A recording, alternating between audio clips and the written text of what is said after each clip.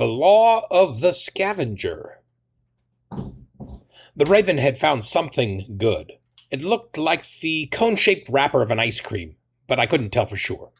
He clutched it in his beak and, though it was bigger than his head, flew to the peak of the roof just outside my window. Without delay, he attacked the inside of the cone, scraping, prying, picking. I thought his vigor came from joy at finding such a bounty in someone's trash. I soon realized my mistake. It was fear. The rich raven fears losing his feast. The hungry raven fears never finding it. A second raven landed nearby and made a stab for the food. The first bird lashed out in defense with his beak. The attacker spread his wings and clawed at the defender. Neither bird backed down. They clawed at each other's breasts and beat the other with their wings. With claw and wing engaged in the fight, neither bird could stand. They rolled down the roof slope like a barrel, their talons locked in battle. Feathers slapped against shingles, and I lost track of which bird was which. I thought they would roll off the edge, but one bird surrendered and jumped away just before the gutter line. The victor flew up to the cone and pecked at it. The loser flew away, no doubt back to the garbage can that had yielded such a grand prize. Perhaps something else could be found there before the garbage truck arrived and swallowed it all. I sat watching the raven on the rooftop, unsure if I had seen a successful defense or a successful piracy. At first, I felt certain the defender had prevailed, but the more I considered it, there was no way to tell the two large black birds apart. That left me feeling unsatisfied. How should I feel about what I had seen? I'd been rooting for the first bird, though he may well have stolen the cone in the first place. If possession is 9/10 of the law, the piece of garbage belonged to him, but a quick study of the world reveals the law of the scavenger. It belongs to whoever can keep it. The only safe food is swallowed food, if you are a raven. I found myself struggling to decide which raven was the good guy and which one had won. My ethical core needed to make a judgment about the raven's battle. Why?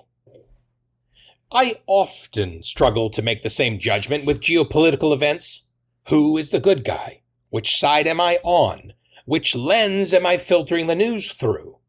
Somehow I automatically transferred this habit to my feathered neighbors. Perhaps that was a mistake in the case of these birds, but I can't help it. Birds live or die by the law of the scavenger, so good and bad are defined according to it. Good is living. Bad is dying. Some refer to this as the survival of the fittest. Some say, might makes right. Others use this idea to justify any behavior because it's a dog-eat-dog world. The ends justify the means.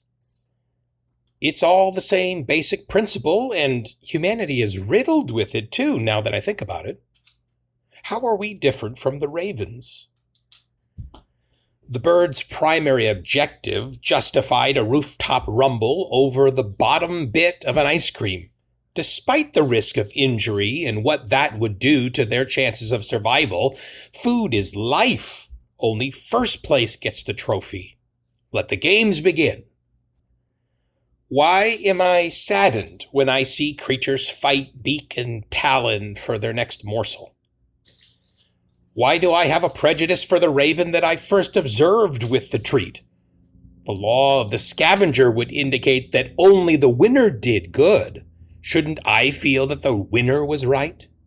The loser was wrong. That's often how the history books are written. Great.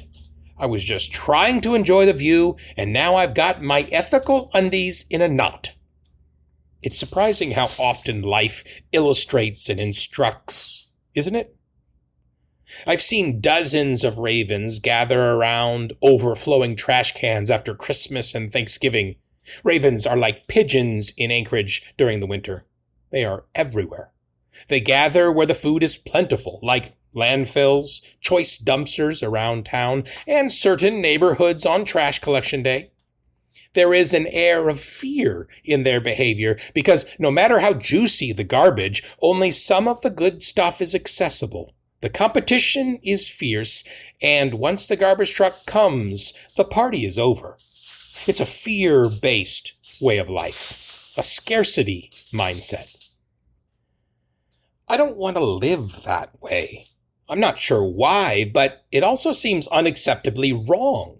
As if the world wasn't meant to operate this way, but it currently does. I feel deep in my viscera that creation was originally made to work differently.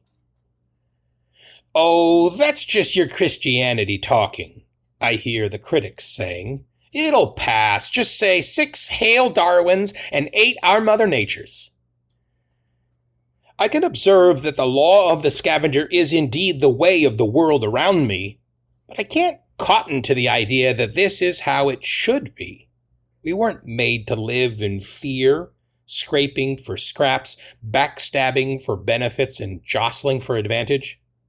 The original design of creation was good, and God called us very good. That's an A+ mark on our original report card. Then sin. Yeah, then sin came and broke everything. Sin gave us the law of the scavenger. Sin gave us war. Sin gave us hate. Sin gave us scarcity and the fear mindset. My critics are right to say that it's my Christianity talking. My Judeo-Christian value system is the source of my hope that this world can be better than it is. Without it, I see no genuine hope for this world. The Bible has a lot to say about a better way to live. It urges me to rise above the law of the scavenger, even in a sin-broken world. There is a smarter paradigm to embrace, a path to forgiveness, and a plan being executed by the loving Creator to fix all that was broken. It's almost like the ravens are crying out for the redemption of all creation. Let it be. Our loving Father who art in heaven, let it be.